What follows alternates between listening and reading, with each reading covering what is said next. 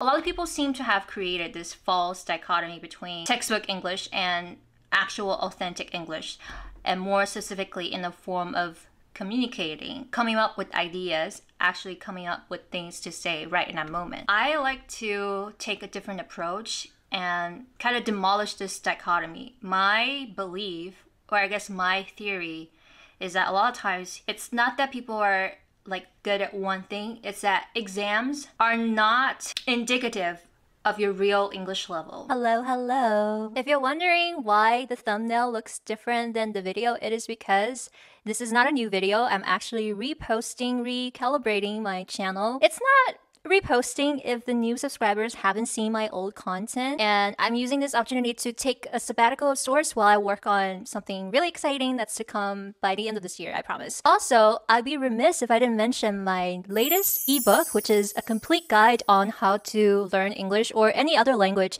on your own. It includes a detailed study plan with all the tools and resources that you need. I've also addressed some of the common misconceptions and questions. Reading the book will help you understand, ooh, this is what I did wrong before, this is what I should do. No matter what stage you're in terms of your learning journey, this book is going to help you out so immensely, I promise. Or refund back to you, no questions asked. All right, let's get on with the video. Lots of times people don't really spend the required amount of time to actually get to that level. Like for instance, I myself grew up playing the piano. And if you're Chinese, you know that every summer, just about, or every year, there's like a test or competition that you attend in order to get that level. I got to almost the top, like I got level 8, we'll call it 八级. But it doesn't indicate that my English, or my piano in this case, is like at that level.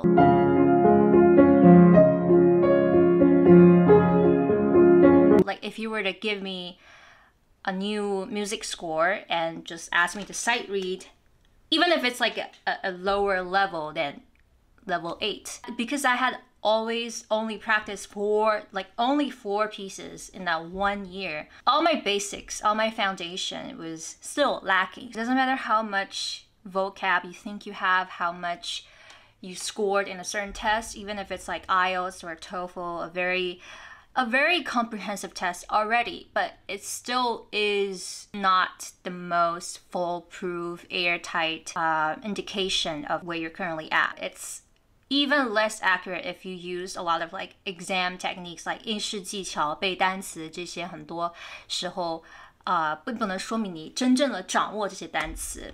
Right? I have a lot of students coming to me and they're like either working or studying in America or any other foreign country. And a lot of times they have like over 10 or 9,000 vocab and they still somehow can't speak. The first response I always tell them is that you don't actually know. Like you think you know that many words, but you have a rough idea. Like you know the most basic Chinese translation of these words.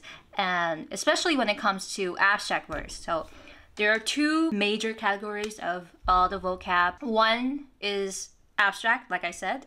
It's basically all the verbs and adjectives. Things that you can't touch, things that you can't physically see. It's more like an action or a verb, a feeling, a certain abstract concept, okay? So these words are actually really versatile but also at the same time very practical and useful. But the downside of only studying these words with Chinese translation and very few translations / definitions, you don't see the full scope of all the definitions, especially when it comes to abstract words. Not to mention, you rarely ever, because you spend so much time memorizing vocab, you rarely ever see them in a context. So there's no way for you to actually know how to use this word. And if you don't use a dictionary, like an actual dictionary, not like 有道翻译 or 百度翻译, you can think of them in terms of phrases. So the quality of these vocab, especially when it comes to abstract words, abstract words is very low.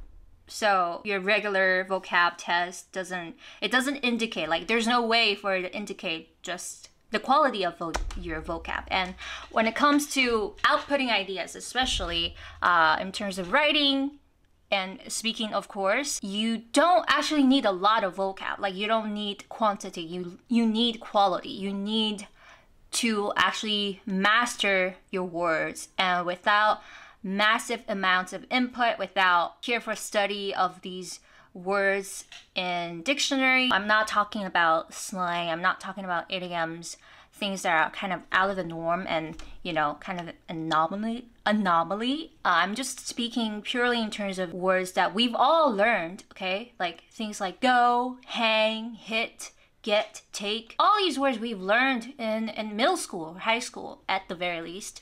But without looking them up in a dictionary or, if you have the resources, without studying them with like a bona fide native speaker teacher and asking them questions, like extensively ask them questions about how to use each and every single word like this. A lot of times people would say to me like, oh, my spoken English is the worst, but my listening is okay. Like I can understand roughly what people are talking about. But the thing is, if you only have like such a low quality, like if your grasp of these vocab is so low, you think you understand them, but you don't. Like you're just kind of making do with what you think you know. And a lot of times you're guessing. And so when your brain is kind of preoccupied, because it's busy guessing what the other person is saying and busy also trying to translate every English word into Chinese, you don't have the mental capacity to think of things that you can say. So what I tell people in order to solve this problem is to stop fixating on like outputting ideas and especially outputting ideas in the form of speaking. Because it's like trying to run before you know how to walk properly. And instead try to study, like really study, not memorize, okay? When I tell people I don't memorize any vocab, people think that I don't value or I don't prioritize vocabulary, when that's totally not the case. And it's the opposite. Like I probably spend more energy on vocab. Although I'm not like killing myself over here. Like I'm not struggling. I'm not forcing myself to do anything. It's actually fun when you can really dig deep into these very common, very versatile words. Versatile.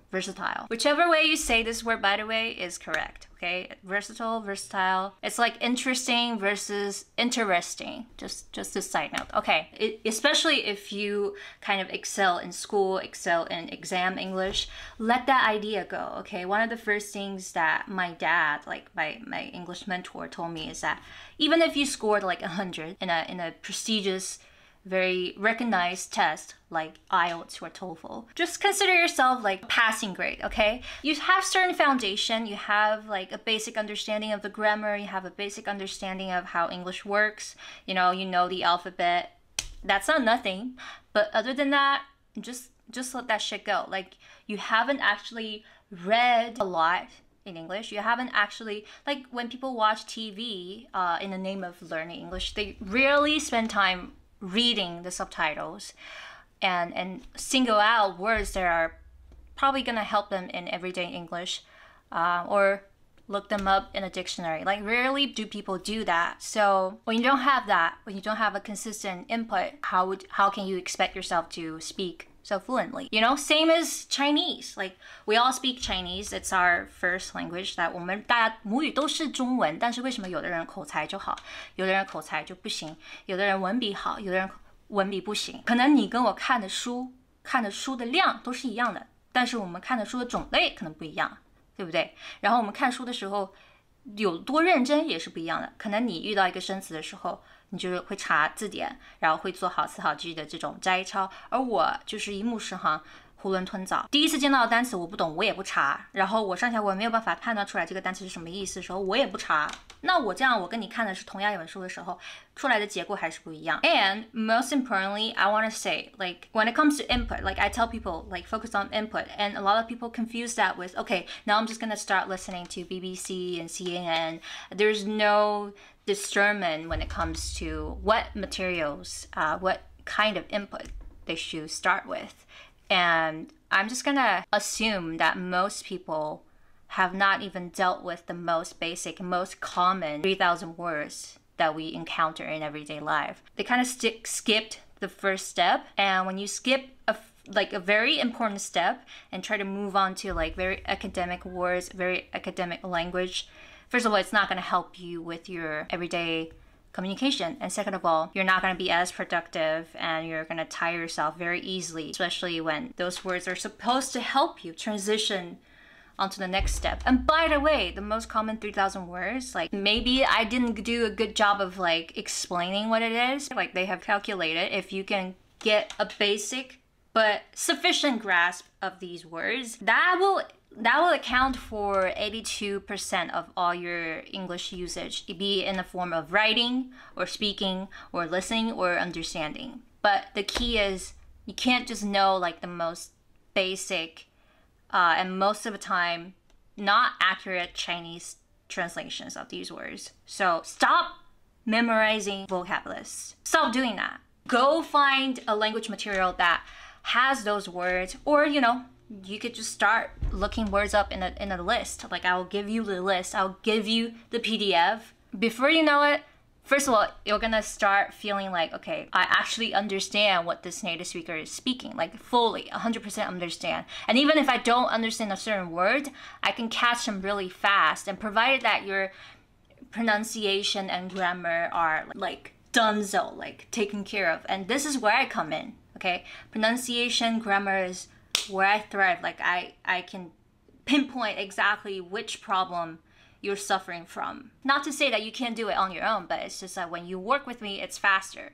Okay, so provided that your grammar, pronunciation, that's all dealt with, once you start like digging deeper into the 3,000 words, first of all, you won't panic when a native speaker is talking to you. And even if there's a word that you don't know or haven't heard of, you can safely just pick that word out and ask them what that word means. So rather than trying to like speak and output ideas, just accept that your input is already kind of low. So don't try to run before you can walk.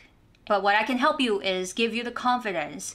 And when you have a full comprehension of what the other person is speaking, even if you can just say one sentence every 10 sentences that the other person have said to you, you'll feel much greater. Before you know it, you'll have so much input that you'll naturally want to have some kind of output, like outflow. And it will start with, first of all, writing. Like, I don't know why people are not writing. Like, I don't know why they're not as obsessed about writing as they are about speaking. Like, when people talk about output, they really talk about writing things or writing a draft right before you speak, or, public speaking, which ultimately is prepared writing, and you're just reciting what you've written. Like, when you think about it, speaking is just a faster version of writing. And so when you suck at a slower version of writing, which is just writing itself, how do you expect to be accurate and actually make sense when you speak? Like, the math is not mathing, my friends. That's it for today. Hopefully my hair isn't so messed up.